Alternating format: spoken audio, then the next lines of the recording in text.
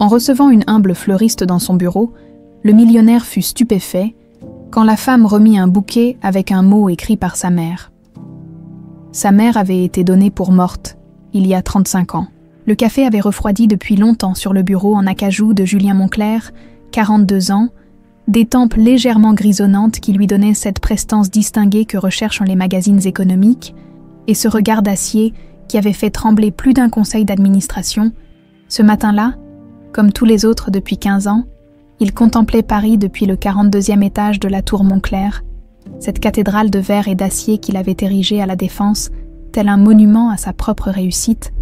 « Monsieur Moncler, votre rendez-vous de 10 heures est arrivé », annonça Claire, sa secrétaire, par l'interphone. Julien consulta sa Patek Philippe d'un geste machinal. 10 heures tapantes, le 15 octobre, une date qu'il ne pouvait jamais oublier, même s'il s'efforçait chaque année de l'ignorer. 35 ans jour pour jour que sa mère s'était jetée du pont Alexandre III dans les eaux glaciales de la Seine. 35 ans qu'il portait ce poids, cette culpabilité d'enfant qui n'avait pas su la sauver. « Faites entrer », répondit-il d'une voix neutre. Chassant ses pensées comme il le faisait depuis des décennies, la porte s'ouvrit sur une jeune femme qu'il ne reconnut pas, 34 ans peut-être, des cheveux châtains tirés en chignon simple, des mains visiblement habituées au travail manuel, et ce sourire mélancolique qui lui rappela quelque chose qu'il n'arrivait pas à identifier. Elle portait un bouquet de cravates blanches, ces fleurs modestes qui semblaient déplacées dans l'univers feutré de son bureau directorial. « Monsieur Moncler », sa voix tremblait légèrement. « Je suis Sophie Delacour. » Julien fronça les sourcils. Ce nom ne lui disait rien, et Claire ne laissait jamais passer quelqu'un sans rendez-vous confirmé. Il y avait forcément une erreur. « Mademoiselle Delacour, je crains qu'il n'y ait une confusion. Mon planning est complet et... » « Les cravates blanches, » l'interrompit-elle doucement, tendant le bouquet vers lui. « Une femme m'a dit que vous comprendriez. » Le monde de Julien s'arrêta. Ces fleurs, sa mère en cultivait obsessionnellement dans leur petit jardin de Neuilly. Avant que tout bascule, personne ne connaissait ce détail. Personne, pas même ses thérapeutes ou ses proches collaborateurs. C'était un souvenir qu'il avait enfoui si profondément qu'il croyait l'avoir oublié. « Qui vous envoie ?» demanda-t-il. La voix soudain rauque, Sophie s'approcha de son bureau, ses pas hésitants résonnant sur le parquet ciré. « Une femme m'a contacté il y a 3 ans. Elle semblait vous connaître intimement, et moi aussi. D'ailleurs, elle m'a fait promettre de venir aujourd'hui. » Exactement aujourd'hui, avec ses fleurs, les mains de Julien se crispèrent sur les accoudoirs de son fauteuil. Décrivez-la moi, la cinquantaine passée, des cheveux gris argentés, des yeux verts très profonds. Elle avait cette façon de me regarder comme si elle me connaissait depuis toujours. Et cette cicatrice-là, Sophie désigna son poignet gauche, une petite marque en forme de croissant. Julien sentit le sol se dérober sous ses pieds. Il releva machinalement sa manche gauche, découvrant la cicatrice identique qui marquait sa peau depuis l'enfance, un accident survenu quand il avait 5 ans, en tombant d'un mur dans le jardin familial. Sa mère l'avait soigné en lui chantant une berceuse en italien. « C'est impossible, » murmura-t-il. « Elle est morte, je l'ai vue, j'étais là quand... » Sophie posa délicatement le bouquet sur le bureau et sortit une enveloppe jaunie de son sac en cuir. L'écriture sur l'enveloppe fit l'effet d'un électrochoc à Julien. Cette calligraphie élégante, ces boucles caractéristiques qu'il connaissait par cœur pour avoir relu 1000 fois les cartes d'anniversaire que sa mère lui écrivait. « Elle m'a dit de vous remettre ceci si vous acceptiez les fleurs. » Les doigts de Julien tremblaient en décachetant l'enveloppe. Le papier à lettres était celui que sa mère utilisait autrefois. Ce papier crème avec ses initiales gravées en relief. L'odeur même était familière. Ce parfum de violette qu'elle portait toujours. « Mon très cher Julien, si tu lis ces lignes, c'est que Sophie a tenu sa promesse. Si tu lis ces lignes, c'est aussi que tu es devenu l'homme que j'espérais. Fort, indépendant, capable d'affronter la vérité. Je ne suis pas morte sur le pont Alexandre III. J'ai simulé ma mort pour te protéger. Toi et ta sœur, de Gérard Villeroy. Il avait assassiné ton père pour s'emparer de l'héritage des Moncler. Et il n'hésiterait pas à vous éliminer pour contrôler la fortune familiale. Sophie n'est pas une inconnue. Mon chéri, elle est ta sœur jumelle. Je l'ai confiée à une famille d'adoption le soir même où j'ai mis en scène ma disparition. Je vous ai séparés pour vous sauver. 35 ans. J'ai vécu dans l'ombre, vous regardant grandir de loin, attendant que vous soyez assez fort pour connaître la vérité. Aujourd'hui, Gérard vieillit et sa vigilance se relâche. Il est temps que vous repreniez ce qui vous appartient. Retrouve-moi, mon fils. Nous avons tant d'années à rattraper. Ta maman qui t'aime. Hélène, P.S. Sophie a la même cicatrice que toi. Ce n'était pas un accident. La lettre glissa des mains de Julien et tomba sur le bureau. Il leva les yeux vers Sophie, qu'il observait avec une inquiétude grandissante. Elle aussi avait pâli, comme si elle pressentait que le contenu de cette lettre allait bouleverser leur existence à tous les deux. « Qu'est-ce que ça dit ?» demanda-t-elle dans un souffle. Julien la dévisagea intensément, cherchant des ressemblances qu'il n'avait pas remarquées. La forme des yeux, peut-être, cette façon de pencher légèrement la tête quand elle réfléchissait, et maintenant qu'il y faisait attention, elle avait exactement la même couleur d'yeux que lui, ce vert émeraude si particulier des Montclair. « Montrez-moi votre poignet », dit-il d'une voix blanche. Sophie hésita, puis remonta sa manche. La cicatrice était là, identique à la sienne, au même endroit précis, une marque qu'aucun hasard ne pouvait expliquer. L'empire que Julien avait construit pierre par pierre, d'île après île, s'effondrait en quelques secondes. Toute sa vie n'était qu'un mensonge. Sa mère était vivante, et cette inconnue qui venait de faire irruption dans son bureau était sa sœur jumelle.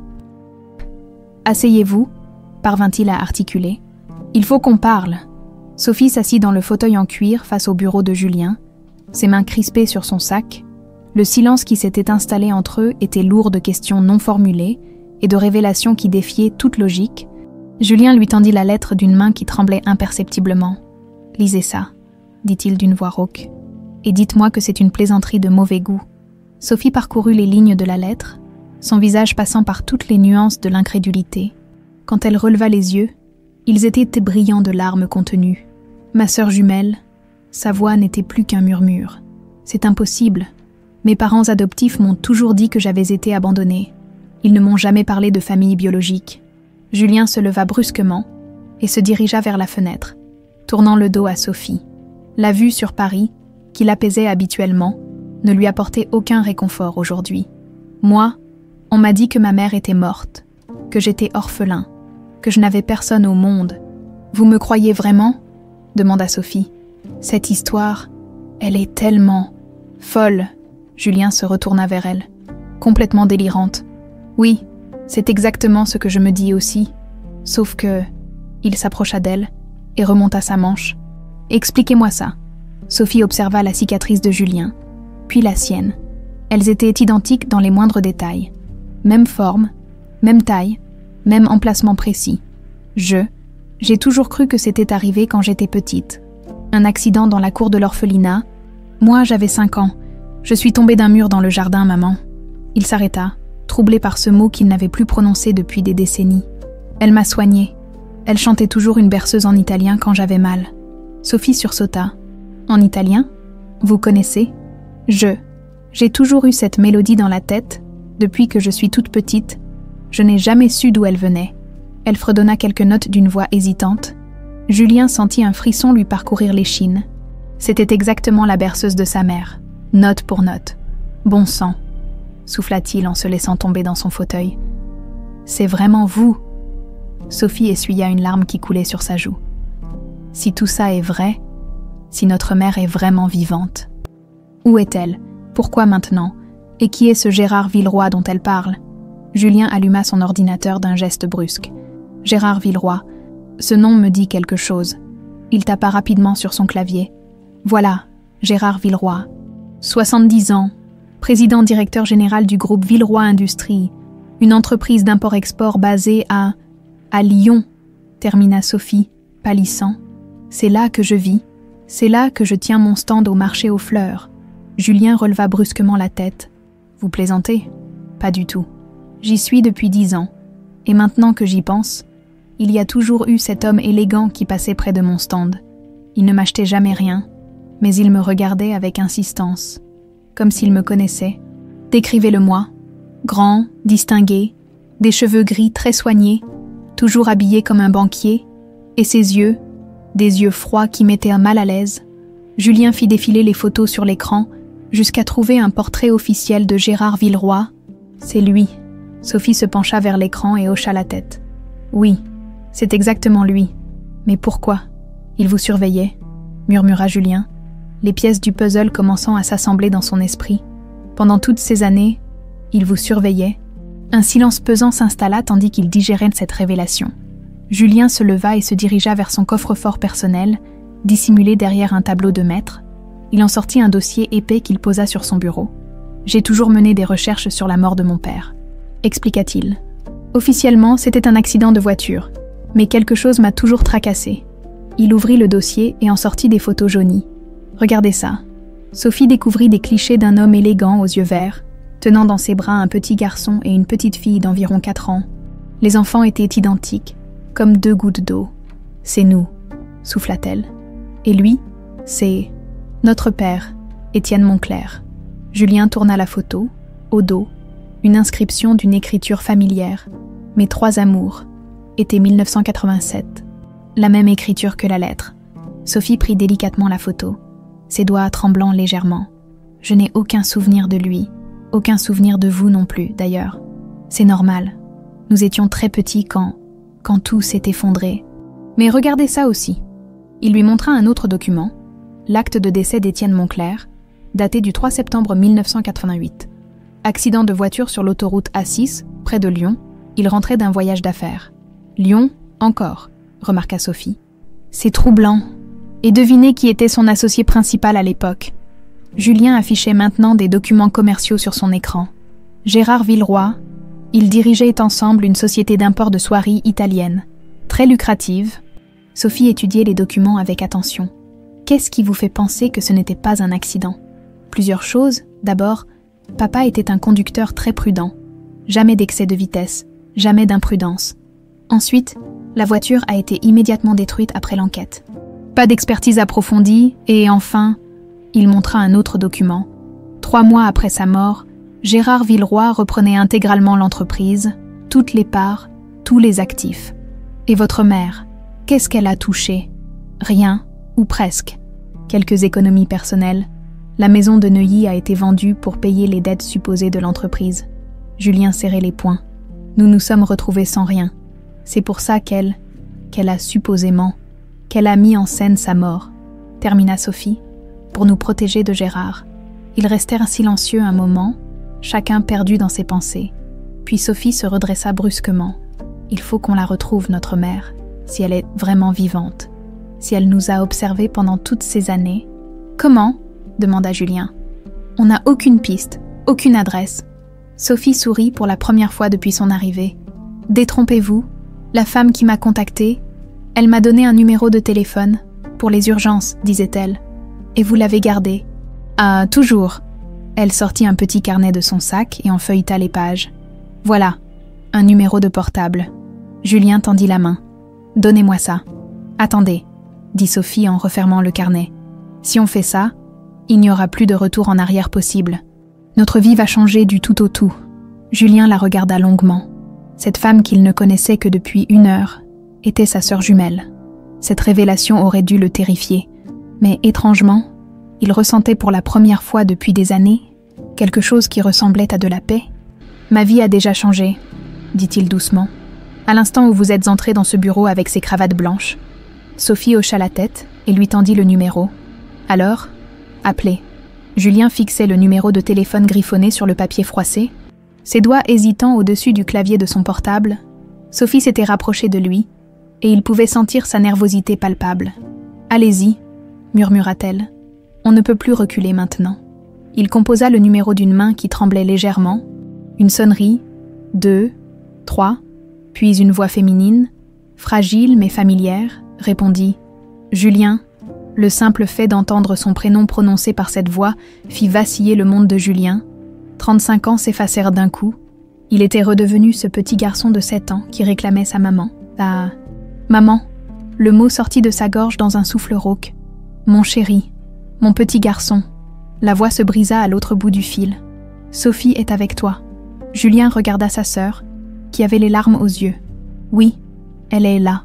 Mets-moi sur haut-parleur. S'il te plaît, il faut que je vous parle à tous les deux. » Julien activa le haut-parleur et posa le téléphone sur son bureau. La voix d'Hélène emplit la pièce. « chargé d'une émotion contenue pendant des décennies. Mes enfants, mes merveilleux enfants. Si vous saviez comme j'ai rêvé de ce moment, comme j'ai souffert de vous voir grandir de loin, sans pouvoir vous serrer dans mes bras, Sophie se pencha vers le téléphone. Pourquoi nous avoir abandonnés? Je ne vous ai jamais abandonné. Ma chérie, jamais. J'ai fait le choix le plus difficile de ma vie pour vous sauver, Gérard. Il n'aurait pas hésité à vous éliminer. Vous étiez si petit, si vulnérable. Mais maintenant, demanda Julien, qu'est-ce qui a changé? Gérard vieillit, il a 70 ans et sa surveillance s'est relâchée. Et puis, un silence. Je suis malade, Julien. Très malade. Il fallait que je vous revoie avant. Où êtes-vous? Coupa Sophie, la voix brisée par l'inquiétude. À Marseille, hôpital de la Timone. Chambre 412, mais attention, Gérard a des espions partout. Il ne faut pas que... La communication fut brutalement coupée. Julien rappela immédiatement. Mais le numéro ne répondait plus. Merde. Il se leva d'un bond, faisant les 100 pas devant la fenêtre. Il faut qu'on y aille. Tout de suite. Julien, réfléchissez, dit Sophie en se levant aussi. Si ce Gérard nous surveille vraiment, s'il a des espions, on ne peut pas débarquer comme ça. Alors quoi? On laisse notre mère mourir seule. Non, mais on doit être malin. Sophie observait attentivement le bureau de Julien. Dites-moi, dans votre entreprise, vous avez confiance en tout le monde. Évidemment, mes collaborateurs sont triés sur le volet. Certains travaillent avec moi depuis plus de 10 ans. Et s'ils n'étaient pas tous aussi loyaux que vous le pensez? Cette question fit l'effet d'une gifle à Julien. Il n'avait jamais envisagé cette possibilité. Son empire était construit sur la confiance, sur des relations professionnelles qu'il croyait solides. Un coup discret à la porte interrompit leur réflexion. Claire, sa secrétaire, passa la tête dans l'entrebâillement. « Monsieur Monclerc, excusez-moi, mais Monsieur Bertrand souhaite vous voir. Il dit que c'est urgent. » Julien échangea un regard troublé avec Sophie. Michel Bertrand était son bras droit depuis 12 ans, l'homme en qui il avait le plus confiance au monde. « Faites-le entrer, » dit-il finalement. Michel Bertrand pénétra dans le bureau, impeccable dans son costume anthracite. Un homme de 50 ans aux manières raffinées, que Julien considérait presque comme un père. Mais quand son regard se posa sur Sophie, quelque chose changea imperceptiblement dans son expression. « Julien, on doit parler, en privé. » Son regard se fit insistant, en direction de Sophie. « Non. »« Michel, mademoiselle de la Cour peut rester. De quoi s'agit-il » Michel hésita, visiblement mal à l'aise. « J'ai reçu des informations inquiétantes concernant certaines de nos transactions récentes. Il semblerait que quelqu'un ait tenté d'accéder à nos fichiers confidentiels. » Sophie et Julien échangèrent un regard. La coïncidence était troublante. « Quel genre de fichiers ?» demanda Julien. « Les dossiers concernant la succession Monclerc, vos recherches personnelles sur votre famille. » Michel marqua une pause. « Quelqu'un s'intéresse de très près à votre passé ?» Julien. Le sang de Julien se glaça. « Depuis quand ?» Les premières tentatives d'intrusion datent d'il y a 3 ans, mais ça s'est intensifié ces dernières semaines, particulièrement depuis... Il regarda sa montre. « Depuis ce matin, en fait. » Sophie se raidit. « Ce matin, vous voulez dire depuis que je suis arrivée ?» Michel la dévisagea avec une attention nouvelle. « Et vous êtes qui, exactement, mademoiselle ?»« Peu importe qui elle est, » coupa Julien sèchement. « Ce qui m'intéresse, c'est de savoir qui espionne mes affaires.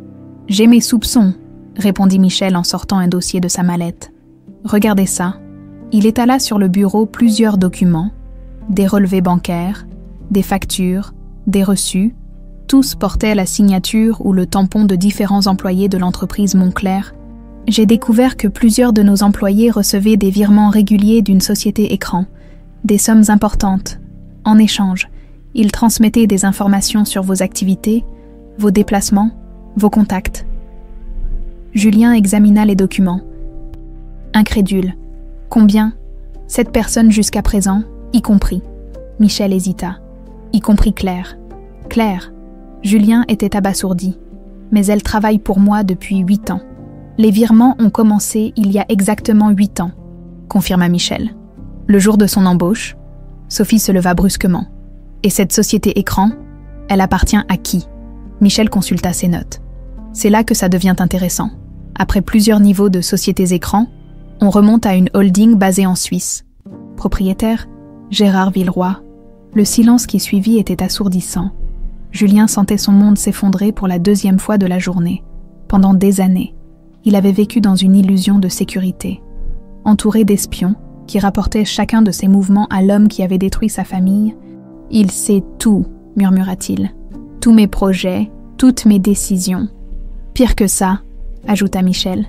Il a anticipé la plupart de vos mouvements stratégiques. Vous vous souvenez de l'acquisition ratée de Durand Industries l'année dernière? Du contrat avec les Japonais qui nous a échappé au dernier moment. Sabotage, comprit Julien, la rage montant en lui. Tout était du sabotage. Sophie posa une main apaisante sur son bras. Maintenant, on sait, c'est déjà un avantage. Mais il y a autre chose, reprit Michel. Quelque chose de plus grave. Il sortit un autre document. J'ai trouvé ça dans les archives. Un contrat d'assurance vie souscrit par votre père en 1987. Bénéficiaire principal, Gérard Villeroy. Quoi? Julien arracha le document des mains de Michel. C'est impossible. Pourquoi papa aurait fait ça? Regardez la date de signature, dit Michel sombrement. Le 1er septembre 1988, 2 jours avant la mort de votre père. Sophie blêmit. Vous pensez que... Je pense que votre père a été forcé de signer ce document sous la menace et qu'il a été tué immédiatement après. Julien froissa le papier dans ses poings, ses articulations blanchissant sous la pression. 35 ans, pendant 35 ans, cet homme a vécu sur le sang de mon père. Il s'est enrichi grâce à son meurtre. Il y a encore autre chose, continua Michel impitoyablement. Les recherches que j'ai menées montrent que Gérard Villeroy a systématiquement éliminé tous les témoins potentiels de cette époque. Le mécanicien qui a expertisé la voiture de votre père, mort dans un accident 3 mois plus tard, l'avocat de la famille, crise cardiaque à 42 ans, le comptable qui gérait les finances de l'entreprise, suicide apparent. Seigneur, souffla Sophie, il a tout effacé. Tout, sauf nous, dit Julien d'une voix glaciale, parce qu'il pensait qu'on ne représentait aucun danger, 2 orphelins séparés, qui ne se connaissaient même pas. Michel rangea ses documents. Qu'est-ce que vous comptez faire? Julien regarda Sophie, puis Michel. On va à Marseille, mais cette fois, on va être plus malin que lui. Il se dirigea vers son coffre et en sortit plusieurs téléphones portables neufs, encore dans leur emballage. À partir de maintenant, on communique uniquement avec ça. Et Michel? Oui, continuez à agir normalement. Ne changez rien à vos habitudes. Il ne faut pas que Gérard soupçonne qu'on sait. Et pour Claire et les autres espions, Julien eut un sourire sans joie. On va leur donner de fausses informations à transmettre, histoire de brouiller les pistes. Sophie observait Julien avec un respect nouveau. Vous pensez comme un stratège.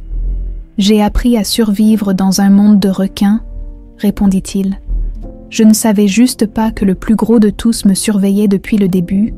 Le TGV filait vers Marseille, dans un ronronnement régulier, qui contrastait avec l'agitation intérieure de Julien, assis face à Sophie dans un compartiment de première classe. Il observait le paysage provençal défiler par la fenêtre sans vraiment le voir. Ils avaient pris soin de réserver leurs billets sous de faux noms et de partir de la gare de Lyon par des entrées différentes, au cas où ils seraient suivis. « Vous êtes nerveux ?» demanda Sophie en refermant le magazine qu'elle feuilletait machinalement. « Terrifié » avoua Julien sans détourner les yeux de la fenêtre. « Et vous ?» Pareil, elle marqua une pause. J'ai l'impression de vivre un rêve, ou un cauchemar, je ne sais plus très bien. Julien se tourna enfin vers elle. Comment vous faites pour rester si calme? Moi, j'ai l'impression que ma vie entière s'effondre. Sophie sourit tristement, peut-être parce que je n'avais pas grand-chose à perdre. Ma petite vie tranquille à Lyon, mon stand de fleurs, mon appartement modeste. Tandis que vous avez construit un empire bâti sur du sable, répliqua amèrement Julien. 35 ans que je me bats pour prouver ma valeur, pour montrer que l'orphelin pouvait réussir. Et maintenant j'apprends que chacune de mes victoires était surveillée, analysée. Peut-être même permise par l'homme qui a tué notre père. Le portable sécurisé de Julien vibra. Un message de Michel. Claire a transmis que vous étiez en déplacement à Londres pour 3 jours. Gérard a mordu à l'hameçon. Julien montra le message à Sophie. Au moins, on a un peu de temps devant nous. Le taxi qui les conduisit de la gare Saint-Charles à l'hôpital de la Timone traversait Marseille dans la chaleur de l'après-midi. Sophie regardait la ville avec des yeux émerveillés. Je ne suis jamais venue ici, dit-elle. C'est plus beau que je ne l'imaginais. Moi non plus, répondit Julien. Bizarre de penser que notre mère a vécu ici pendant toutes ces années, si près et si loin à la fois. L'hôpital de la Timone se dressait devant eux, immense complexe médical où des milliers de vies se croisaient chaque jour. Au bureau des renseignements, l'infirmière leur confirma l'information. Hélène Marchand, chambre 412, service d'oncologie. Dans l'ascenseur qui montait vers le 4e étage, Julien sentit ses jambes se dérober. Sophie dut le retenir par le bras. « Ça va aller », murmura-t-elle. « On est ensemble maintenant. » Le couloir du service d'oncologie sentait le désinfectant et cette odeur particulière des hôpitaux qui mélange espoir et résignation. La chambre 412 était au bout du couloir, porte fermée. Julien s'arrêta devant, incapable de faire un pas de plus. « Je ne peux pas », balbutia-t-il. « Et si elle ne nous reconnaît pas ? Et si… » Sophie frappa doucement à la porte. Une voix faible répondit « Entrez ». Ils poussèrent la porte et le temps s'arrêta. Dans le lit d'hôpital, amaigri par la maladie, mais avec ses yeux verts inchangés qui avaient hanté les rêves de Julien pendant des décennies, Hélène Marchand les regardait avec un sourire qui illumina son visage creusé. « Mes enfants », souffla-t-elle, tendant ses bras tremblants vers eux. « Mes beaux enfants ». Julien s'effondra. Toutes ses défenses, toute sa carapace d'homme d'affaires impitoyable volèrent en éclats. Il se précipita vers le lit et se jeta dans les bras de sa mère comme le petit garçon qu'il avait été. Sophie suivit, et ils se retrouvèrent tous les trois enlacés, pleurant sans retenue. « Maman », répétait Julien entre deux sanglots. « Maman, tu m'as tellement manqué. »« À moi aussi, mon chéri, à moi aussi. » Hélène caressait les cheveux de ses enfants, comme si elle voulait rattraper 35 années de tendresse en quelques gestes. « Et toi, ma Sophie, tu es si belle, si forte. » Sophie pleurait en silence, bouleversée par cette déferlante d'amour maternel qu'elle n'avait jamais connue. « Pourquoi ?» parvint-elle à articuler. « Pourquoi avoir attendu si longtemps ?» Hélène se redressa péniblement dans son lit, aidée par Julien. Son visage avait retrouvé un peu de couleur. Parce que Gérard ne dormait jamais, pendant toutes ces années, il a surveillé chacun de vos mouvements. J'ai essayé plusieurs fois de me rapprocher, mais… Elle montra une cicatrice sur son bras. La première fois que j'ai tenté de vous contacter, Julien, tu avais 15 ans. Ces hommes m'ont retrouvée. J'ai eu de la chance de m'en sortir vivante. Comment avez-vous survécu ? Demanda Sophie. Comment avez-vous fait pour disparaître si complètement ? Hélène sourit faiblement. Votre père avait prévu le coup. Il soupçonnait Gérard depuis quelque temps. Il avait constitué une petite réserve d'argent liquide, de faux papiers, tout ce qu'il fallait pour une fuite d'urgence. Il m'avait fait promettre de l'utiliser si quelque chose lui arrivait. Il savait qu'il allait mourir. La voix de Julien était rauque. Il se doutait que Gérard préparait quelque chose. Les dernières semaines, il était très inquiet. Il parlait de modifier son testament, de mettre votre héritage à l'abri. Hélène ferma les yeux, comme si ses souvenirs lui faisaient mal. La veille de sa mort, il m'a dit « Si quelque chose m'arrive, prends les enfants et disparais. Gérard ne s'arrêtera devant rien. » « Mais pourquoi nous séparer ?» insista Sophie. « Pourquoi ne pas nous emmener tous les deux ?»« Parce que Gérard connaissait votre existence à tous les deux. Si j'avais fui avec vous, il nous aurait retrouvés facilement, en vous séparant, en faisant croire à ma mort. J'espérais qu'il vous oublierait, que vous pourriez grandir en sécurité. » Julien serrait la main de sa mère. « Et pendant tout ce temps, vous nous observiez, autant que je le pouvais sans me faire repérer. J'ai vécu sous différentes identités, dans différentes villes, mais j'essayais toujours de me rapprocher de vous. » Elle regarda Sophie. « À Lyon, j'ai travaillé 3 ans au marché aux fleurs, à 2 stands du tien. Tu ne m'as jamais remarqué, mais moi je te regardais grandir. » Sophie porta la main à sa bouche. La dame aux cheveux gris, celle qui vendait des violettes. C'était moi. Hélène sourit à travers ses larmes. « Tu as toujours eu un faible pour les violettes, comme moi quand j'étais petite. » « Et moi ?» demanda Julien. « Vous m'avez suivi aussi. Chaque étape de ta réussite, chaque acquisition de ton entreprise. J'étais si fière de toi, mon chéri. Tu as reconstruit l'empire de ton père sans le savoir, comme si son esprit te guidait. » Un silence ému s'installa. Puis Hélène devint soudain plus grave. « Mais maintenant, mes enfants, il faut que vous sachiez autre chose, quelque chose de très important. Elle se tourna vers Julien. « Ton père n'a pas seulement laissé de l'argent, il a laissé des preuves, des documents qui prouvent que Gérard l'a assassiné. »« Quoi ? Où ?» Julien était galvanisé. « Dans un coffre-fort spécial. Ton père était très malin. Ce coffre ne peut être ouvert que par vous deux, ensemble. Il faut vos 2 empreintes digitales simultanément. » Sophie fronça les sourcils. « Comment est-ce possible ? Nous étions si petits. Étienne avait enregistré vos empreintes quand vous aviez 4 ans. Il disait que c'était un jeu. Mais en réalité, il préparait l'avenir. Il savait que si quelque chose lui arrivait, vous seriez séparés. Mais il espérait qu'un jour, vous vous retrouveriez.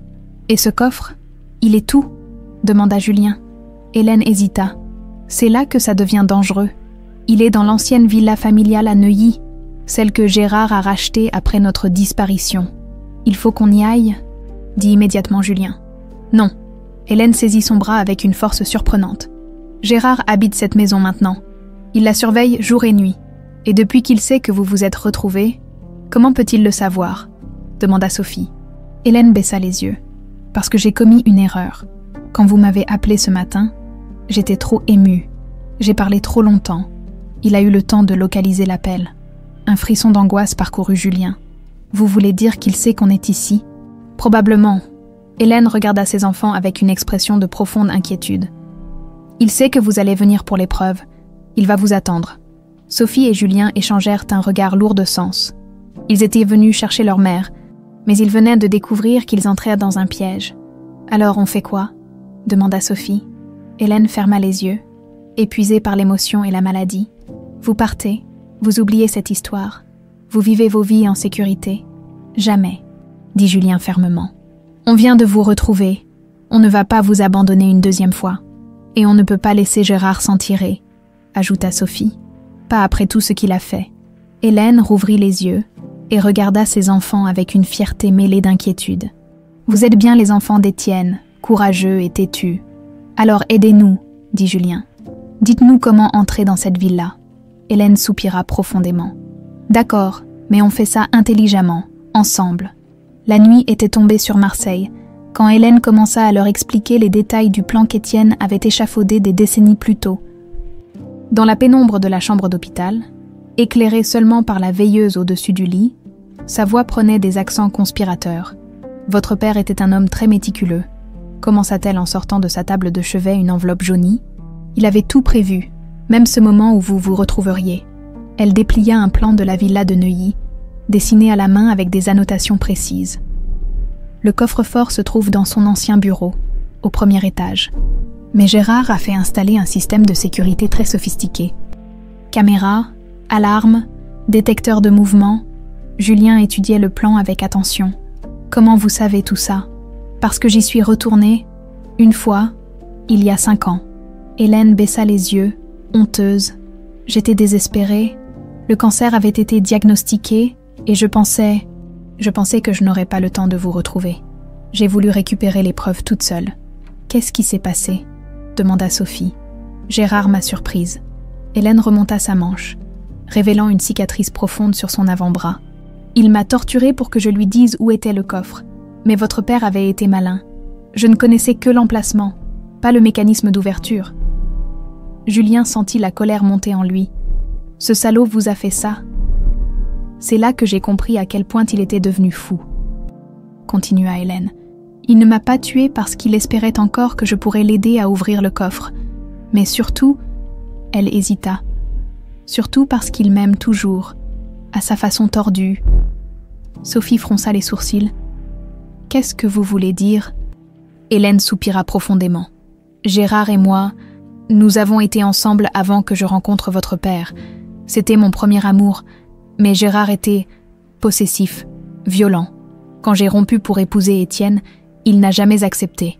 Vous voulez dire que tout ça, Julien avait du mal à assimiler. Tout ça, c'est par jalousie ? En partie, oui. Gérard n'a jamais supporté que je choisisse Étienne plutôt que lui. Il a passé sa vie à essayer de détruire tout ce que votre père avait construit, y compris notre famille. » Le portable sécurisé de Julien vibra. Un nouveau message de Michel. « Situation critique. Gérard vient d'arriver à l'entreprise. Il pose des questions sur votre déplacement à Londres. Il sait. » Julien montra le message aux 2 femmes. « On n'a plus le choix. Il faut y aller maintenant. C'est du suicide, protesta Hélène. Gérard vous attend forcément. Pas si on est plus malin que lui, répliqua Julien. Il se tourna vers Sophie. Vous me faites confiance. Complètement. Alors voilà ce qu'on va faire. Julien prit le plan et commença à tracer un itinéraire. D'après ce plan, il y a un passage par les anciens tunnels de service sous la villa. Votre père les utilisait pour accéder discrètement à son bureau quand il recevait des clients, disons, peu recommandables. Hélène hocha la tête. Il y a effectivement une entrée par la cave, mais ces tunnels n'ont pas été utilisés depuis des années. Ils sont peut-être effondrés. C'est un risque à prendre, dit Sophie. Et pour la sécurité de la maison, les caméras et les alarmes sont concentrées sur les entrées principales et les fenêtres, expliqua Hélène. Étienne avait conçu ces tunnels pour qu'ils soient indétectables. Si Gérard ne les a pas découverts, on a une chance. Julien se leva et commença à faire les 100 pas. Il nous faut du matériel, des lampes, des outils pour forcer les serrures. J'ai mieux que ça, l'interrompit Hélène. Elle sortit de l'enveloppe un petit boîtier électronique, la télécommande originale du système de sécurité. Étienne me l'avait donné au cas où. Si Gérard n'a pas changé les codes. Après 35 ans, Sophie était sceptique. Gérard est nostalgique. Il n'a rien changé dans la maison. Même nos photos de famille sont encore sur les murs. Hélène frissonna. C'est malsain, mais ça peut nous servir. Julien prit la télécommande. Et le coffre-fort lui-même. Comment ça marche exactement? Hélène leur montra une photo du mécanisme. 2 empreintes simultanées, l'une à côté de l'autre. Votre père avait fait graver vos noms à côté de chaque capteur. Julien à gauche, Sophie à droite. Et si nos empreintes ont changé depuis qu'on était enfant, s'inquiéta Sophie. Les empreintes digitales ne changent pas, la rassura Julien. C'est pour ça que c'est un système d'identification fiable. Un bruit de pas dans le couloir les fit taire. Une infirmière passa devant la chambre, mais l'incident leur rappela leur vulnérabilité. « Il faut qu'on parte », dit Julien. « Mais vous, maman, vous restez ici. C'est trop dangereux. Hors de question. » Hélène tentait de se lever. « Je viens avec vous. »« Votre état » protesta Sophie. « Mon état, je m'en fiche. » Hélène avait retrouvé de l'énergie. « J'ai attendu 35 ans pour que justice soit rendue. Je ne vais pas rater ça. » Julien échangea un regard avec Sophie. Il reconnaissait bien là la détermination des Montclair. « D'accord, » céda-t-il. « Mais on fait exactement ce qu'on dit. Pas d'improvisation. » 1 heure plus tard, ils avaient loué une voiture et roulaient vers Neuilly. Hélène, emmitouflée dans un manteau, avait insisté pour s'asseoir à l'avant pour guider Julien. Sophie, à l'arrière, vérifiait pour la 10e fois le matériel qu'ils avaient acheté dans un magasin de bricolage ouvert tard. « La villa est au bout de l'avenue de Madrid, » indiqua Hélène. « Vous verrez, elle n'a pas changé. » Effectivement, quand la maison apparut derrière ses grilles en fer forgé, Julien eut l'impression de remonter le temps. Cette belle demeure bourgeoise des années 1920, avec ses volets bleus et son jardin soigneusement entretenu, était exactement telle qu'il s'en souvenait de ses rêves d'enfant. « C'est là que j'ai grandi », murmura-t-il, ému. « Nous avons grandi », corrigea Sophie en posant une main sur son épaule. Ils garèrent la voiture 3 rues plus loin et revinrent à pied. La villa était éclairée, signe que Gérard était probablement à l'intérieur. L'entrée des tunnels est derrière, près de l'ancien potager, chuchota Hélène. Ils contournèrent à la propriété en restant dans l'ombre. Le jardin était exactement comme dans les souvenirs de Julien. Le grand chêne où il grimpait, la balançoire rouillée, et là-bas, près du mur du fond, la petite construction en pierre qui abritait l'entrée des caves. La serrure est mécanique, souffla Hélène. Étienne ne faisait pas confiance à l'électronique pour les accès secrets. Julien força la serrure avec les outils qu'ils avaient achetés. Le mécanisme, bien huilé malgré les années, céda sans difficulté. La porte s'ouvrit sur un escalier qui s'enfonçait dans les ténèbres. « Vous êtes sûr que ces tunnels mènent directement au bureau ?» demanda Sophie en allumant sa lampe torche. « Certaine. Votre père me les avait fait visiter quand nous étions fiancés. Il était très fier de cette installation. » Ils descendirent l'escalier de pierre humide. L'air était vicié, chargé de l'odeur de moisi des lieux longtemps fermés. Le tunnel était étroit, juste assez large pour une personne, et le plafond bas obligeait Julien à se courber, après une centaine de mètres qui leur parut interminables. Ils arrivèrent devant une porte métallique. « C'est ici », annonça Hélène. Cette porte donne directement dans le bureau de votre père. Mais attention, une fois qu'on l'ouvre, on ne peut plus reculer, si Gérard nous entend. » Julien posa sa main sur la poignée. « On y va. » Sophie et Hélène hochèrent la tête. La porte s'ouvrit sans bruit sur un bureau plongé dans l'obscurité. Julien balaya la pièce avec sa lampe torche et retint son souffle. Tout était exactement comme 35 ans plus tôt. Les meubles, les livres, même les photos sur le bureau de chêne massif. « Mon Dieu !» murmura Sophie. « C'est comme un musée. Gérard a tout conservé », confirma Hélène. « Jusqu'aux jouets dans vos chambres. » Julien se dirigea vers le mur du fond, où, selon le plan, devait se trouver le coffre-fort. Il écarta un tableau représentant un paysage de Provence et découvrit le mécanisme. 2 capteurs d'empreintes digitales côte à côte, avec leurs prénoms gravés en dessous. « C'est maintenant ou jamais », dit-il en tendant la main vers Sophie. Ils posèrent simultanément leurs index sur les capteurs. Un voyant rouge s'alluma, puis vira au vert. Un déclic se fit entendre, et la porte du coffre s'ouvrit lentement. « Ça marche !» chuchota Sophie. Mais au même moment, la lumière s'alluma brutalement dans le bureau. « Mes chers enfants !»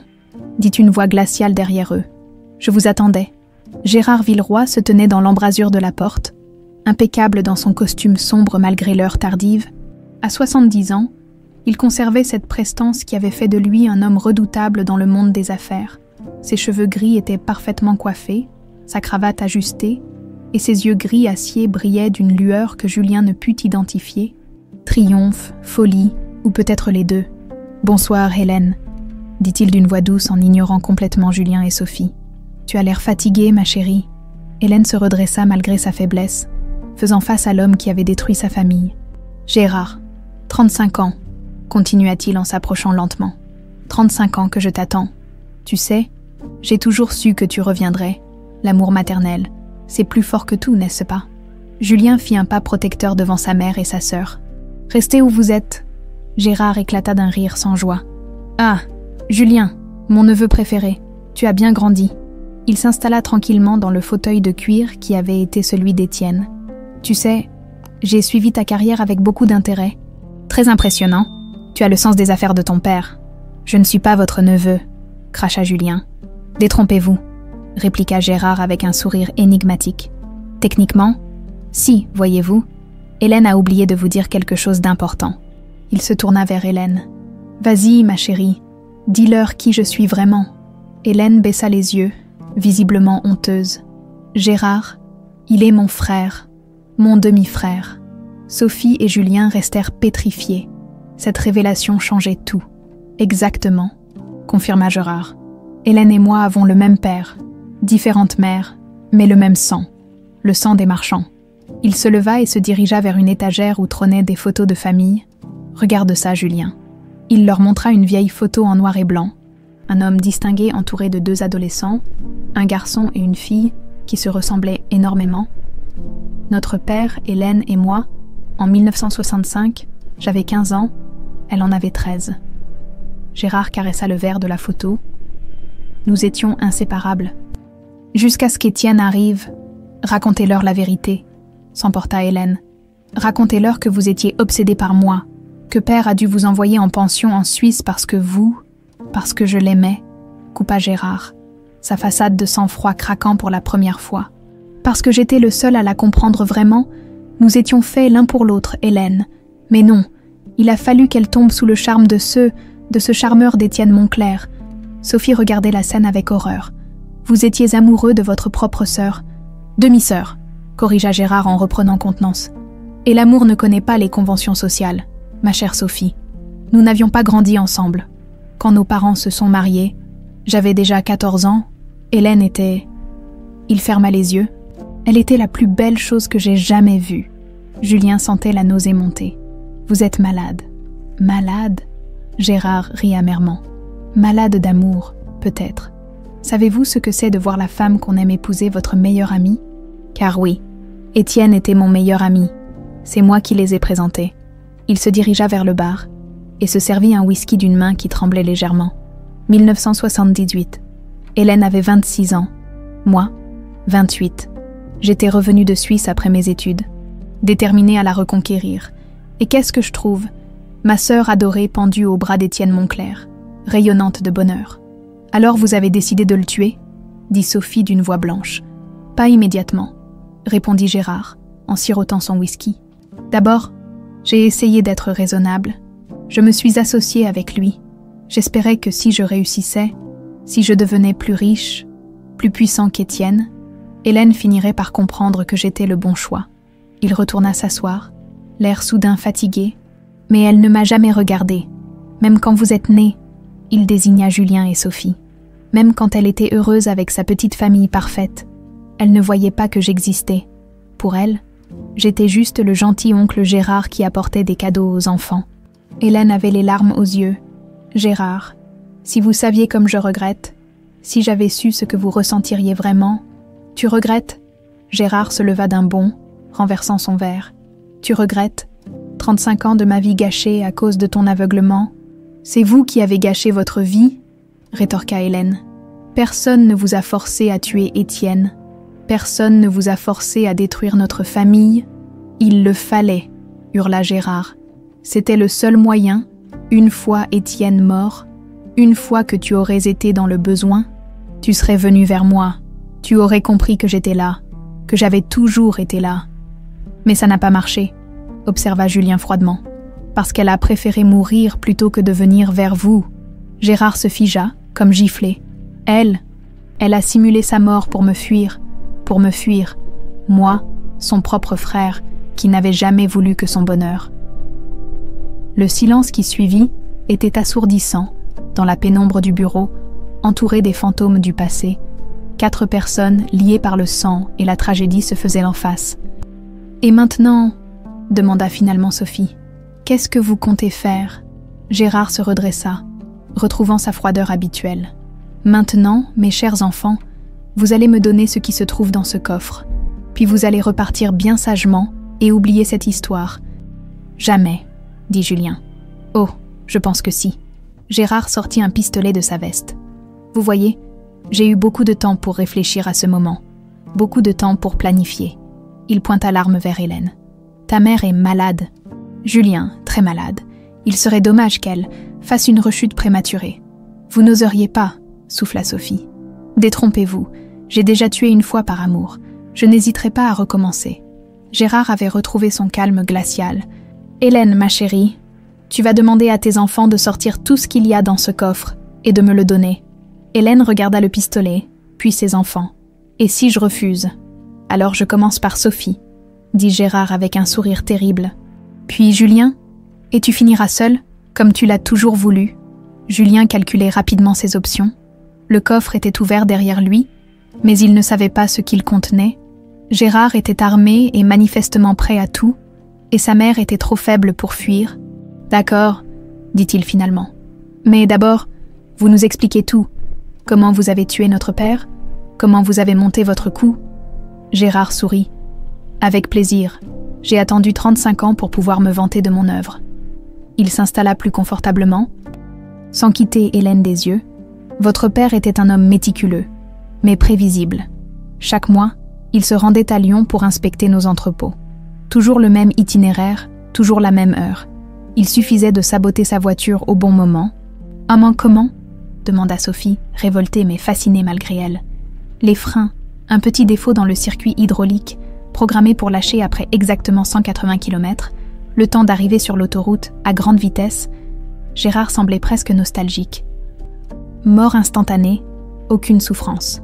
Et l'assurance vie, » insista Julien. « Ah, ça, mon chef-d'œuvre. » Gérard était visiblement fier. « J'avais convaincu Étienne de modifier son testament quelques jours avant sa mort, pour protéger votre avenir, disais-je. Il ne savait pas qu'il signait en réalité une police d'assurance qui me désignait comme bénéficiaire principal. Il vous faisait confiance, » murmura Hélène, écœurée. C'était son erreur. Gérard haussa les épaules. « Bon, maintenant que j'ai satisfait votre curiosité, au travail, videz-moi ce coffre. » Julien se tourna vers le coffre ouvert. À l'intérieur, il vit des liasses de documents, des enregistrements audio sur de vieilles cassettes, et quelque chose qui le fit frémir. Plusieurs photos de Gérard en compagnie d'hommes, visiblement peu recommandables. Il comprit que son père avait constitué un véritable dossier d'accusation contre Gérard, des preuves qui pouvaient l'envoyer en prison à vie, mais il réalisa aussi autre chose. Dans cette position, dos à Gérard, il avait une chance, une seule. Il échangea un regard avec Sophie et articula silencieusement. « Préparez-vous !» Julien fit semblant de fouiller dans le coffre tout en observant discrètement le reflet de Gérard dans le verre d'un cadre posé sur l'étagère. L'homme tenait son arme d'une main ferme. Mais Julien remarqua qu'il ne quittait pas Hélène des yeux. Son obsession pour sa sœur était sa faiblesse. « Dépêchez-vous !» ordonna Gérard. « Je n'ai pas toute la nuit. » Julien sortit lentement une première liasse de documents, cherchant désespérément un moyen de créer une distraction. C'est alors qu'il vit, au fond du coffre, quelque chose qui lui donna une idée. Un petit boîtier électronique avec plusieurs boutons, une télécommande que son père avait dû installer pour contrôler l'éclairage du bureau depuis son coffre. « Gérard !» dit soudain Hélène d'une voix faible. « Je ne me sens pas bien. » Elle porta la main à sa poitrine et s'affaissa contre le mur. Gérard se précipita instinctivement vers elle, oubliant momentanément Julien et Sophie. « Hélène, qu'est-ce qui se passe ?» C'était le moment. Julien appuya sur tous les boutons de la télécommande en même temps. Les lumières s'éteignirent, brutalement, plongeant la pièce dans l'obscurité totale. Au même instant, Sophie se jeta sur Gérard tandis que Julien bondissait vers eux. Un coup de feu retentit dans l'obscurité. « Sophie !» cria Julien. « Ça va, je l'ai eu !» Quand Julien ralluma sa lampe torche, il vit Sophie qui maintenait Gérard au sol, l'arme échappée de ses mains glissant sur le parquet. Hélène, qui simulait son malaise, se redressait avec un sourire épuisé mais triomphant. « Bien joué mes enfants !» souffla-t-elle. Gérard se débattait comme un diable. « Lâchez-moi, vous ne comprenez pas. Sans moi, vous n'êtes rien. J'ai fait de toi un homme riche, Julien. Chacune de tes réussites, c'est grâce à moi. »« Comment ça ?» demanda Julien en l'aidant Sophie à immobiliser Gérard. « Tu crois que tes succès sont dus à ton seul talent ?» Gérard ricanait, même vaincu. « Qui penses-tu qui t'a ouvert certaines portes, qui a éliminé tes concurrents les plus gênants, qui a orienté tes décisions pour que tu rebuildes exactement l'empire de ton père ?» Julien sentit un frisson glacé lui parcourir l'échine. « Vous mentez. Vraiment. Le contrat avec les Allemands en 2018, c'est moi qui ai fait retirer l'offre concurrente, l'acquisition de Thomson Industries. J'ai fait en sorte que leurs dirigeants aient des problèmes financiers personnels qui l'ont forcé à vendre. » Gérard souriait d'un air démoniaque. « Tu n'as été qu'un pion, Julien. Mon pion. »« Pourquoi ?» demanda Sophie, révoltée. « Pourquoi l'aider s'il était votre ennemi ? Parce que je voulais qu'il devienne exactement comme son père, riche, puissant, arrogant, pour mieux le détruire ensuite, comme j'avais détruit Étienne. » Gérard était en plein délire. Et quand j'aurais tout pris à Julien, Hélène serait enfin venue vers moi. Elle aurait compris que j'étais le seul à pouvoir la protéger. Hélène regardait son frère avec un mélange de pitié et d'horreur. « Gérard, vous êtes devenu fou, complètement fou. Fou !» Gérard éclata d'un rire hystérique. « Fou d'amour, fou de vous avoir tout perdu. » Julien se dirigea vers le coffre et entreprit de vider son contenu. Des dizaines de documents, de photos, d'enregistrements audio. Son père avait manifestement constitué un véritable dossier d'enquête sur Gérard. « Regardez ça », dit-il en montrant une série de photos. Papa avait photographié Gérard avec des hommes de main, et là, il brandit un document. Des relevés bancaires prouvant que Gérard payait des tueurs à gages. Sophie examinait un autre document. Et ça, une copie du véritable testament de votre père, daté de la veille de sa mort. Il léguait tout à maman et aux enfants. Rien à Gérard. Il savait, murmura Hélène. Étienne savait que Gérard préparait quelque chose. Julien trouvait cassette après cassette. Et ça, qu'est-ce que c'est ? Il inséra une des cassettes dans un vieux magnétophone qui traînait sur le bureau. La voix de son père remplit la pièce, claire et déterminée. 2 septembre 1988, si quelqu'un écoute cet enregistrement, c'est que mes soupçons étaient fondés et que Gérard a tenté quelque chose contre moi, Hélène, ma chérie, si tu entends ceci, prends les enfants et fuis. Gérard est dangereux. J'ai des preuves qu'il... La voix fut coupée par des bruits de lutte, puis plus rien. Mon Dieu, souffla Sophie. Il était en train d'enregistrer quand Gérard l'a attaqué. Gérard, toujours immobilisé au sol, avait perdu toute sa superbe. Il m'avait tendu un piège. Il savait que j'allais venir, parce qu'il vous connaissait, dit Hélène tristement. Il savait que votre obsession vous pousserait aux pires extrémités. Julien continuait à examiner le contenu du coffre. Au fond, il trouva quelque chose qui le bouleversa. Des lettres, des dizaines de lettres écrites de la main de son père et adressées à « Mes chers enfants ». Il en ouvrit une au hasard. « Mes chers Julien et Sophie, si vous lisez ceci, c'est que vous vous êtes retrouvés comme je l'espérais. Vous étiez si petits quand j'ai préparé tout cela, mais je savais que l'amour fraternel finirait par vous réunir, Julien, mon fils. Tu as hérité de ma détermination, Sophie, ma fille. Tu as la douceur de ta mère. Ensemble, vous êtes invincibles. » La voix de Julien se brisa. Sophie vint lire par-dessus son épaule, les larmes aux yeux. « Il savait qu'on se retrouverait, » murmura-t-elle. « Il l'espérait, » corrigea Hélène. « Votre père était un éternel optimiste. » Soudain, un bruit les alerta. Des voitures s'arrêtaient devant la villa. Des portières claquaient. « Qu'est-ce que c'est ?» s'inquiéta Sophie. Gérard sourit méchamment. « Mes hommes, vous ne pensiez tout de même pas que j'étais venue seule. Ils ont ordre d'intervenir si je ne donne pas signe de vie avant minuit. » Julien consulta sa montre. « 11h58. Il faut partir tout de suite, » dit-il en fourrant rapidement les documents les plus importants dans un sac. « Par où ?» demanda Sophie. « Ils vont surveiller toutes les sorties, par les tunnels, » répondit Hélène. « C'est notre seule chance. » Ils laissèrent Gérard attaché avec des câbles électriques trouvés dans le bureau et se dirigèrent vers le passage secret. Déjà, ils entendirent des bruits de pas dans la maison. « Patron, où êtes-vous » criait une voix d'homme. Ils s'engouffrèrent dans le tunnel au moment où les hommes de Gérard atteignaient l'étage. La course folle dans l'obscurité leur parut interminable. Hélène, épuisée par l'émotion et la maladie, avait du mal à suivre le rythme. « Laissez-moi » haleta-t-elle. « Sauvez-vous »« Jamais » répondirent Julien et Sophie d'une seule voix. Ils l'aidèrent à avancer, la soutenant chacun d'un côté. Derrière eux, ils entendaient des cris, des ordres aboyés. Gérard avait été libéré et dirigeait les recherches. Enfin, ils atteignirent la sortie. La voiture était toujours là où ils l'avaient laissée. Julien démarra en trombe, tandis que des lampes torches apparaissaient déjà dans le jardin de la villa. « Direction Marseille », dit-il. « Il faut retourner à l'hôpital. »« Vous avez besoin de soins », ajouta-t-il en regardant Hélène dans le rétroviseur. « Non », protesta-t-elle faiblement. « C'est le premier endroit où Gérard va nous chercher. »« Alors où ?» Sophie réfléchissait. « J'ai une idée. Ma maison à Lyon. Gérard la connaît peut-être, mais c'est notre meilleure option pour cette nuit. Et j'ai tout ce qu'il faut pour soigner maman. » Tandis qu'il roulait vers Lyon dans la nuit, Julien ne pouvait s'empêcher de penser aux révélations de Gérard. Sa réussite avait-elle vraiment été manipulée? Était-il juste un pion dans le jeu tordu de son oncle? « Ne le laissez pas vous empoisonner l'esprit, » dit Hélène, comme si elle lisait dans ses pensées. « Votre père disait toujours que le talent finit toujours par percer, avec ou sans aide.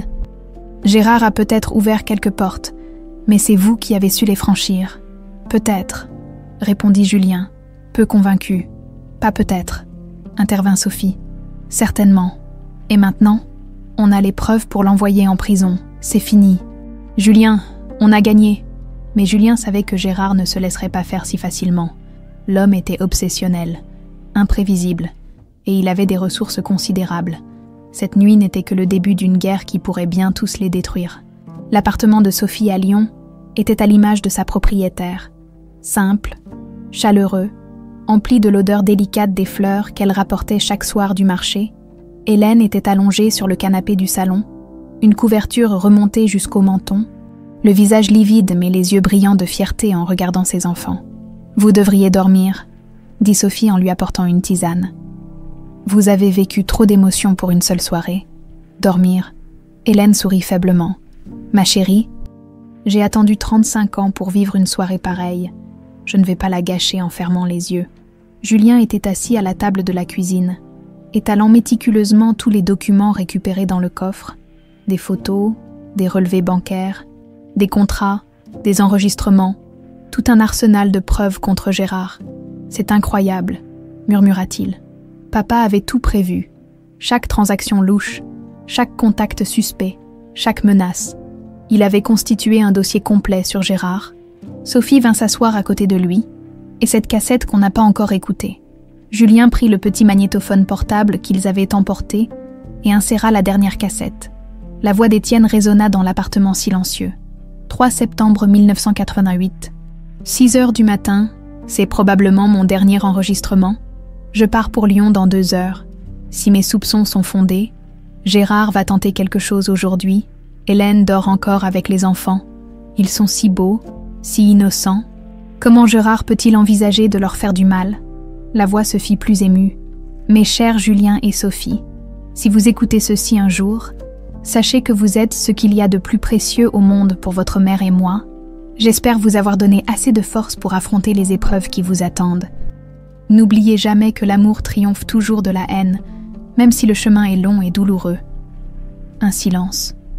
Puis, Hélène, mon amour, si Gérard me tue comme je le redoute, ne cherche pas à le venger. Protège nos enfants, élève-les dans l'amour, pas dans la rancœur, et dis-leur que leur papa les aimera toujours, où qu'ils soient. L'enregistrement s'arrêta là. Le silence qui suivit était chargé d'émotions. Hélène pleurait silencieusement, Sophie s'essuyait les yeux, et Julien serrait les poings. Il savait, dit finalement Julien d'une voix rauque, il savait qu'il allait mourir, et il est quand même parti, parce qu'il espérait encore sauver Gérard, répondit Hélène. Votre père croyait qu'on peut toujours ramener quelqu'un vers la lumière, même Gérard. Et regardez où ça l'a mené, répliqua amèrement Julien. Le portable sécurisé de Julien vibra, un message de Michel. Urgence. Gérard mobilise ses avocats et ses relations. Il prétend que vous l'avez agressé et cambriolé. La police vous cherche. Julien montra le message aux 2 femmes. Quoi, il retourne la situation en sa faveur? Pas si on porte plainte en premier, dit Sophie, avec toutes ces preuves. Ces preuves obtenues par effraction, l'interrompit Julien. Aucun juge ne les acceptera. Gérard est plus malin que nous. Hélène se redressa péniblement sur le canapé. Il y a peut-être un moyen. Lequel? Gérard m'aime toujours, d'une façon tordue, maladive. Mais il m'aime si j'acceptais de le voir, de lui parler. Non, s'exclamèrent Julien et Sophie d'une seule voix. C'est trop dangereux, ajouta Sophie. Il est imprévisible, violent. Il ne me fera pas de mal, assura Hélène. Pas à moi, jamais, c'est sa faiblesse. Et après, demanda Julien, qu'est-ce que vous espérez obtenir? Des aveux. Si j'arrive à le faire parler, à enregistrer ses confessions. Maman, dit doucement Sophie, vous êtes épuisée, vous tenez à peine debout. Comment pourriez-vous affronter Gérard dans cet état? Hélène sourit avec une tendresse infinie. Mes enfants, j'ai vécu 35 ans dans l'ombre, dans la peur, dans le mensonge. Je suis fatiguée, oui, malade, oui, mais pour la première fois depuis des décennies, je me sens vivante, vraiment vivante. Elle se leva, chancelante mais déterminée, et puis, elle porta la main à sa poitrine. Le médecin m'a dit que j'avais quelques semaines tout au plus, autant qu'elles servent à quelque chose. Qu'est-ce que vous dites? Julien était devenu livide. Je suis en phase terminale, mon chéri. Le cancer s'est généralisé. Hélène dit cela avec un calme qui glaça le sang de ses enfants. C'est pour ça que j'ai pris le risque de vous contacter maintenant. Je voulais vous revoir avant de partir. Sophie s'effondra. Non, non, ce n'est pas possible. On vient juste de vous retrouver. La vie est cruelle, ma chérie. Mais regardez, elle nous a donné cette nuit, cette merveilleuse nuit où nous sommes enfin réunis. C'est déjà un miracle. Julien était effondré. Il doit bien y avoir quelque chose à faire. Des traitements, des opérations. J'ai tout essayé. Hélène s'approcha de lui et caressa son visage. Mon petit garçon, tu as tellement grandi. Tu es devenu un homme formidable. Ton père serait si fier de toi. Ne parlez pas au passé, explosa Julien. Vous n'allez pas mourir. Je ne vous laisserai pas. Tu n'as pas le choix, mon chéri. Mais tu as ta sœur maintenant. Vous vous avez trouvé. Vous ne serez plus jamais seul. Le portable de Julien vibra à nouveau. Cette fois, c'était un appel direct. Il regarda l'écran. « Gérard, répondez, » dit Hélène. « Vous êtes sûr? »« Oui. Mettez sur haut-parleur. » Julien décrocha. La voix de Gérard emplit l'appartement, froide et menaçante. « Bonsoir, mon cher neveu. J'espère que vous passez une bonne soirée. Qu'est-ce que vous voulez? Te proposer un marché? Vous me rendez les documents que vous avez volés et j'oublie cette petite altercation de ce soir. Allez vous faire foutre. » Tss, ce n'est pas très poli, surtout que j'ai des informations qui pourraient t'intéresser. Par exemple, sais-tu que ta chère maman a été hospitalisée sous une fausse identité? Les autorités aimeraient beaucoup la retrouver. Une femme officiellement morte depuis 35 ans, ça pose des questions embarrassantes, tu ne trouves pas? Julien serra les dents. Oh, vous n'oseriez pas. Détrompe-toi, à moins que... La voix de Gérard se fit doucereuse. À moins qu'Hélène accepte de me parler, en privé. Hélène fit signe à Julien qu'elle voulait prendre la communication. Il hésita, puis lui tendit le téléphone. « Bonsoir, Gérard. » Un silence, puis la voix de Gérard, soudain vulnérable. « Hélène, ma chérie, tu vas bien? Tu n'as pas été blessée? »« Non, Gérard. Ça va. J'étais si inquiet quand j'ai vu que vous aviez disparu. » Il reprit contenance. « Oui, il faut qu'on se parle, Hélène, tous les deux, sans les enfants. » Pourquoi? Parce qu'il y a des choses que tu ne sais pas, des choses importantes. Sur Étienne, sur nous, sur tout. Hélène regarda ses enfants, qui secouaient frénétiquement la tête. Où? À l'hôpital de Marseille, chambre 412, là où tu étais ce matin. Je t'attendrai. Gérard. Oui, venez seul. Si je vois un seul de vos hommes, je disparais à nouveau, pour toujours cette fois. Je viendrai seul. Tu as ma parole. Votre parole ne vaut plus grand-chose. Un long silence. Pour toi, Hélène, elle vaut tout, à demain. Il raccrocha. Hélène rendit le téléphone à Julien. Vous ne pouvez pas y aller, dit Sophie. C'est un piège. Peut-être, mais c'est notre seule chance. Hélène se dirigea vers la fenêtre et regarda la nuit étoilée. Gérard a toujours eu un point faible. Son amour pour moi, si j'arrive à l'exploiter. Et s'il vous tue? Demanda brutalement Julien. Hélène se tourna vers lui avec un sourire triste. Alors il m'aura rendu service. Je préfère mourir en essayant de sauver mes enfants que de cancer dans un lit d'hôpital. Elle s'approcha de Julien et Sophie et les serra dans ses bras. Mes merveilleux enfants, quoi qu'il arrive demain, souvenez-vous que cette nuit a été la plus belle de ma vie. Vous retrouver, vous voir ensemble. C'était tout ce que je demandais. Et tandis que l'aube pointait sur Lyon, 3 personnes que le destin avait séparées, puis réunies se serraient l'une contre l'autre. Conscientes que les heures qui venaient allaient décider de leur avenir ou de leur perte, le voyage de retour vers Marseille se déroula dans un silence pesant. Hélène, assise à l'arrière, semblait puiser dans ses dernières réserves de force, tandis que Julien et Sophie échangèrent des regards inquiets. Le plan était simple. Hélène entrerait seule dans l'hôpital pour rencontrer Gérard, équipé d'un micro-émetteur que Julien avait acheté dans un magasin d'électronique. Ses enfants resteraient à proximité, prêts à intervenir au moindre signe de danger. « Vous êtes certaine de pouvoir faire ça ?» demanda Sophie pour la 10e fois. « Oui, ma chérie. » Hélène ajustait le petit dispositif d'enregistrement dissimulé sous sa veste. « Gérard n'a jamais pu me résister. C'est sa force et sa faiblesse. » L'hôpital de la Timone se dressait devant eux, imposant dans la lumière dorée de cette fin d'après-midi. Julien gara la voiture et se tourna vers sa mère. « Au moindre problème, vous sortez. Promettez-le-moi. »« Je te le promets. » Hélène embrassa ses enfants. « Quoi qu'il arrive là-haut, souvenez-vous que je vous aime, que je vous ai toujours aimé. » Elle descendit de la voiture et se dirigea vers l'entrée de l'hôpital d'un pas qu'elle voulait assurer. Julien et Sophie la regardèrent disparaître derrière les portes automatiques. Le cœur serré, dans l'ascenseur qui montait vers le 4e étage, Hélène ferma les yeux et pensa à Étienne. « Aide-moi, » murmura-t-elle. « Aide-moi à sauver nos enfants. » La chambre 412 était plongée dans la pénombre. Gérard se tenait près de la fenêtre, dos à la porte, contemplant Marseille qui s'étendait jusqu'à la mer. Il était venu seul, comme promis. « Bonsoir, Gérard. » Il se retourna lentement, même à 70 ans, même marqué par des décennies de haine et d'obsession. Il conservait cette prestance qui avait séduit tant de gens. Mais ses yeux étaient ceux d'un homme brisé. Hélène. Il dit son nom comme une prière. « Tu es venue.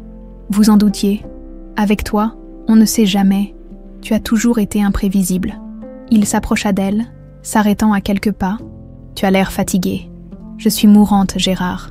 Le cancer. » Il accusa le cou comme s'il avait reçu une gifle. « Depuis quand ? 2 ans, peut-être 3. On s'en fiche. » Elle s'assit sur le lit d'hôpital. « Dites-moi ce que vous vouliez me dire. Ces choses importantes sur Étienne.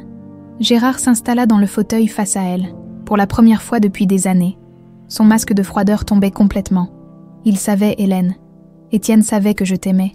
Bien sûr qu'il le savait. Vous n'étiez pas très discret. Non, tu ne comprends pas. Gérard se pencha vers elle. Il savait que je t'aimais. Et il a décidé de me l'enlever quand même, par pure cruauté. Hélène fronça les sourcils. Qu'est-ce que vous racontez? La vérité que j'ai gardée pendant 35 ans. Gérard se leva et se remit à faire les 100 pas. Tu te souviens de notre dernière dispute, avant que tu épouses Étienne? Vaguement, vous étiez en colère que je refuse vos avances. J'étais désespérée. Je t'ai supplié de me laisser une chance. Et tu sais ce que tu m'as dit. Hélène secoua la tête. Tu m'as dit que tu aurais pu m'aimer, que dans d'autres circonstances, nous aurions pu être heureux ensemble, mais qu'Étienne était arrivé le premier. Gérard, laisse-moi finir. Il était de plus en plus agité. Le lendemain, Étienne est venu me voir. Il m'a dit qu'il savait pour mes sentiments, et il m'a proposé un marché. Quel marché? Il renoncerait à toi si je lui cédais ma part de l'entreprise familiale des marchands. Tout, l'héritage de ton père, nos terres en Provence, nos vignobles. Hélène était abasourdie. C'est faux, Étienne n'aurait jamais. Si, il l'a fait. Gérard était maintenant en pleine crise. Et moi, comme un imbécile, j'ai refusé. J'ai dit que l'amour ne s'achetait pas. Alors tu sais ce qu'il a fait. Dites-moi, il t'a menti. Il t'a dit que j'avais essayé de le corrompre pour que tu me préfères, que j'avais proposé de l'argent contre ton amour. Hélène sentit le sol se dérober sous ses pieds. Elle se souvenait de cette conversation avec Étienne. Il était venu la voir, bouleversé, lui racontant que Gérard avait tenté de l'acheter. Cette révélation l'avait définitivement décidée à épouser Étienne et à rejeter Gérard. « Vous mentez » souffla-t-elle, mais sa voix manquait de conviction. « Non, Hélène. Pour une fois dans ma vie, je dis la vérité. » Gérard s'agenouilla devant elle. Étienne était un manipulateur. Il voulait tout. Toi, l'argent, le pouvoir. Il a retourné la situation pour que tu me détestes. Dans l'oreillette qu'elle portait, Hélène entendait la respiration haletante de Julien qui suivait la conversation depuis la voiture. Elle savait qu'il était bouleversé par ces révélations. « Même si c'était vrai, » dit-elle lentement, « ça ne justifie pas ce que vous avez fait. Tuer Étienne, détruire notre famille. Tu as raison. » Gérard baissa la tête. « J'ai tout détruit, par amour, par jalousie, par bêtise. Mais tu veux savoir le pire. Quoi? Même après sa mort, même après avoir récupéré l'entreprise, même après avoir cru que tu étais morte, je n'ai jamais cessé de l'aimer, Étienne, mon meilleur ami, l'homme que j'ai tué par jalousie. » Ces mots flottèrent dans l'air comme une confession ultime. Gérard pleurait maintenant, toutes ses défenses anéanties. J'ai passé 35 ans à le haïr et à le regretter en même temps, à détester Julien parce qu'il lui ressemblait, et à l'aider aussi, parce qu'il était son fils. Je suis devenu fou. Hélène, complètement fou. Hélène regardait cet homme brisé, ce frère qui avait gâché sa vie, et celle de tant d'autres par amour obsessionnel. Elle pensait à Étienne, à ses mensonges, à la complexité des sentiments humains. « Gérard, » dit-elle doucement, « regardez-moi. » Il leva les yeux vers elle, et elle vit l'adolescent qu'il avait été, celui qu'il aimait avec une passion pure avant que tout se complique. « Je vous pardonne. »« Quoi? Je vous pardonne. Pour tout. Pour Étienne. Pour nos enfants. Pour ces 35 années perdues. » Gérard la regardait comme si elle venait de faire un miracle. « Tu ne peux pas. Pas après tout ce que j'ai fait. »« Ben si, je peux. Parce que la haine, ça fatigue. Parce que la vengeance ne ramènera pas Étienne. Et parce que... » Elle posa sa main sur la joue de Gérard. « Parce que quelque part, vous êtes toujours mon petit frère. Celui qui me protégeait quand nous étions enfants. » Gérard s'effondra complètement, sanglotant comme un enfant. « Hélène, pardon. Pardon pour tout. » Chut. Elle le berçait doucement. C'est fini, tout est fini. Dans la voiture, Julien et Sophie étaient bouleversés. Ils venaient d'entendre des révélations qui changeaient leur vision de leur père, de leur famille, de toute leur histoire. Papa n'était peut-être pas le saint qu'on croyait, murmura Sophie. Ça ne change rien, répondit Julien fermement. Gérard reste un assassin, même si papa l'a manipulé. Dans la chambre, Hélène aidait Gérard à se relever. Maintenant, il faut que vous fassiez une chose pour moi. Tout ce que tu veux. Avouez, officiellement, rendez-vous à la police. Dites la vérité sur la mort d'Étienne. Ils vont m'arrêter, me juger. Oui, et c'est justice. Hélène se dirigea vers la fenêtre. Mais si vous le faites, si vous libérez enfin votre conscience, alors peut-être que vous retrouverez la paix. Gérard la rejoignit. Ensemble, ils regardaient un Marseille qui s'étendait à leurs pieds. Et après, si je survive au procès, si je sors de prison un jour, alors vous pourrez enfin vivre, vraiment vivre, peut-être même aider les autres, faire quelque chose de bien avec le temps qui vous reste. Tu crois vraiment que c'est possible, après tout ça ? Hélène sourit, et pour la première fois depuis des années, c'était un sourire sans amertume. Je crois qu'il n'est jamais trop tard pour choisir l'amour plutôt que la haine. Mon père disait toujours, la rédemption, c'est possible jusqu'au dernier souffle. Gérard hocha lentement la tête. D'accord, je le ferai. Pour toi, pour Étienne, pour Julien et Sophie. Pour vous aussi, Gérard. Surtout pour vous.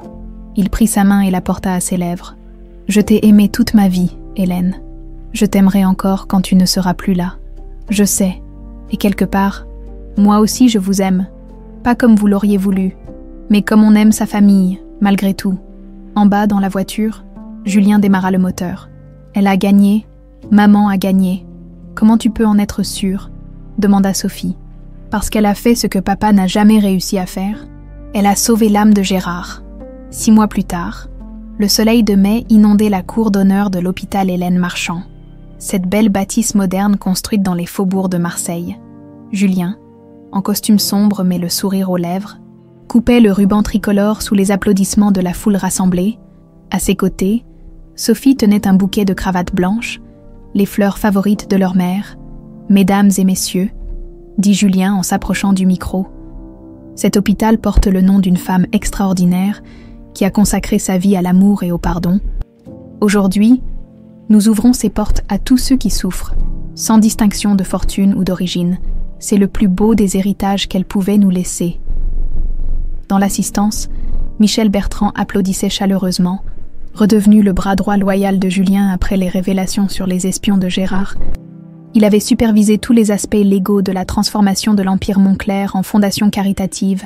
« Votre mère aurait été fière », murmura-t-il à l'oreille de Julien quand celui-ci descendit de l'estrade. « Elle est fière », corrigea Julien en regardant vers le ciel. « J'en suis certain.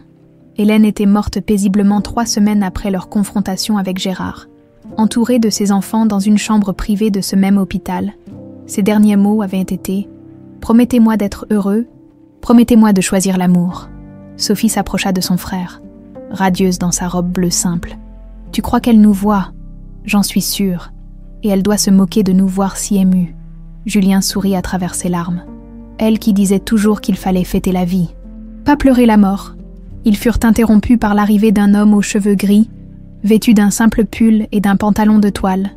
Gérard Villeroy avait vieilli de 10 ans en 6 mois. Son séjour en prison avant le procès, puis sa condamnation à 15 ans ferme réduite à 5 avec sursis pour ses aveux complets, l'avait transformé. Mais c'était surtout dans ses yeux qu'on voyait le changement. La folie obsessionnelle avait disparu, remplacée par une sérénité douloureuse mais authentique. « Julien, Sophie », dit-il en s'approchant timidement. « Merci de m'avoir invité. Maman l'aurait voulu », répondit Sophie simplement. Gérard hocha la tête. Depuis sa libération conditionnelle le mois précédent, il travaillait comme bénévole dans un centre d'aide aux victimes de violences. Son témoignage lors du procès, où il avait avoué non seulement le meurtre d'Étienne mais aussi tous ses autres crimes, avait permis de résoudre une dizaine d'affaires classées. « Comment ça se passe, votre nouvelle vie ?» demanda Julien avec une curiosité genuine. Différemment, Gérard regardait l'hôpital avec admiration. « Je me lève chaque matin en me demandant comment je peux réparer un peu du mal que j'ai fait. C'est libérateur. Et votre entreprise, liquidée, tout a été versé au fonds de compensation pour les familles de mes victimes. » Gérard eut un sourire triste. « Il m'a fallu 70 ans pour comprendre que l'argent ne peut pas acheter l'amour. Mais il peut peut-être acheter un peu de rédemption. » Sophie le regardait avec une compassion nouvelle. « Vous savez, maman a dit quelque chose avant de mourir. Elle a dit que vous aviez été son premier amour, le plus pur, avant que tout se complique. » Gérard ferma les yeux, ému. « Elle était ma lumière. Elle l'est toujours. Mais maintenant, au lieu de vouloir la posséder, j'essaie de faire honneur à cette lumière. Un jeune médecin s'approcha d'eux, visiblement pressé. « Monsieur Moncler, nous avons un problème dans le service de pédiatrie. Le nouveau scanner ne fonctionne pas et nous avons un enfant qui... » « J'arrive, » dit immédiatement Julien en se dirigeant vers l'hôpital. Sophie le rattrapa. « Tu sais, tu n'es pas obligé de tout gérer personnellement. Tu as une équipe formidable. Je sais, mais j'aime ça. » Julien regardait l'agitation de l'hôpital avec satisfaction. « Tu te rends compte? Il y a 6 mois, je passais mes journées à brasser des millions pour en gagner encore plus. Maintenant, je me lève chaque matin en sachant que chaque euro dépensé ici peut sauver une vie. Papa serait fier, » dit Sophie en lui prenant le bras. « Tu crois? Même après ce qu'on a appris sur lui ?» Sophie réfléchit. Papa n'était pas parfait. Il a menti, manipulé, peut-être même été cruel avec Gérard. Mais regarde ce qu'il a construit malgré tout. Nous, sa famille. Et maintenant, ça, elle désigna l'hôpital. Le mal qu'il a fait a engendré le bien qu'on fait aujourd'hui. C'est peut-être ça, le vrai pardon. Ils entrèrent dans l'hôpital, suivis par Gérard, qui était resté silencieux, dans le hall d'accueil. Une immense photo d'Hélène souriait aux visiteurs, avec cette inscription « L'amour triomphe toujours, même si le chemin est long et douloureux. » Elle avait raison, murmura Gérard en s'arrêtant devant la photo. L'amour a triomphé, pas comme je l'espérais, mais autrement, mieux. Julien résolut rapidement le problème du scanner et revint vers Sophie et Gérard. « Bon, maintenant que les urgences sont réglées, j'ai quelque chose à vous montrer. » Il les conduisit vers son bureau, situé au dernier étage de l'hôpital. La pièce était simple, fonctionnelle, avec vue sur Marseille et la mer. Sur son bureau, il y avait la dernière cassette de leur père, celle qu'ils n'avaient pas encore écoutée en entier. « J'ai fini de l'analyser hier, » dit-il en insérant la cassette dans le magnétophone. « Il y a quelque chose que vous devez entendre, tous les deux. » La voix d'Étienne emplit la pièce. « Si Gérard écoute ceci un jour, je veux qu'il sache que je lui pardonne. Oui, je l'ai manipulé. Oui, j'ai menti à Hélène sur ses intentions. J'étais jeune, amoureux, et terrifié de la perdre. J'ai agi par égoïsme, pas par méchanceté. Mais Gérard, mon frère, car tu es comme un frère pour moi, j'espère qu'un jour, tu comprendras que l'amour véritable, c'est vouloir le bonheur de l'autre, même si ce bonheur ne passe pas par nous. » Un silence. Puis, « Hélène, ma chérie, si tu découvres mes mensonges un jour, pardonne-moi. J'aurais dû te faire confiance. J'aurais dû croire que tu me choisirais pour les bonnes raisons. Et enfin, mes enfants, si vous entendez ceci, c'est que vous avez découvert la vérité sur notre famille, la vérité complexe, douloureuse, imparfaite, mais ne jugez personne trop sévèrement, ni Gérard, ni moi, ni votre mère. Nous avons tous fait de notre mieux avec les cartes que la vie nous a données. L'important, c'est ce que vous ferez de cet héritage. » L'enregistrement se termina dans le silence. Gérard pleurait silencieusement, et même Julien avait les yeux humides. « Il savait, » dit finalement Sophie. « Il savait que tout finirait par se découvrir. Et il nous a donné les outils pour nous en sortir. » Ajouta Julien. « Le coffre, les preuves, mais surtout, » il regarda Gérard. « Le pardon. » Gérard s'approcha de la fenêtre. « 35 ans que j'attends ces excuses, et maintenant que je les ai, je réalise qu'elles ne changent rien au mal que j'ai fait. Mais elles changent tout à qui je peux devenir. » Sophie vint se placer entre son frère et Gérard. « Vous savez ce qu'on devrait faire maintenant. »« Quoi ?» demandèrent-ils ensemble. « Vivre, vraiment vivre. Maman disait toujours que le bonheur, c'est un choix qu'on fait chaque matin. » Elle sourit. « Alors choisissons le bonheur. » En bas, dans la cour de l'hôpital, la fête battait son plein. Des familles entières visitaient les nouveaux services. Des enfants riaient dans le jardin thérapeutique. Et partout, on voyait des visages souriants, des espoirs renaissants. Julien, Sophie et Gérard redescendirent pour se mêler à la foule. Pour la première fois depuis des décennies, ils formaient une famille, pas parfaite, pas conventionnelle, marquée par la tragédie et la rédemption, mais une vraie famille unie par quelque chose de plus fort que le sang, le choix conscient de s'aimer malgré tout. En fin d'après-midi, quand les derniers visiteurs furent partis, ils se retrouvèrent tous les trois dans le jardin de l'hôpital, près du massif de cravates blanches que Sophie avait planté en mémoire de leur mère. « Elle aurait aimé ça », dit Julien en regardant les fleurs danser dans la brise méditerranéenne. « Elle aurait surtout aimé nous voir ensemble », répondit Sophie. Gérard s'agenouilla et déposa délicatement une violette au pied du massif. « Merci. Hélène, » murmura-t-il. « Merci de m'avoir montré le chemin. » Et tandis que le soleil se couchait sur Marseille, 3 âmes blessées mais guéries regardèrent l'avenir avec sérénité. L'empire des Montclair était devenu un hôpital. La vengeance s'était muée en pardon. Et l'amour avait finalement triomphé. Quelque part dans le ciel étoilé, Hélène et Étienne souriaient à leurs enfants, qui avaient choisi la lumière plutôt que les ténèbres. L'héritage était accompli,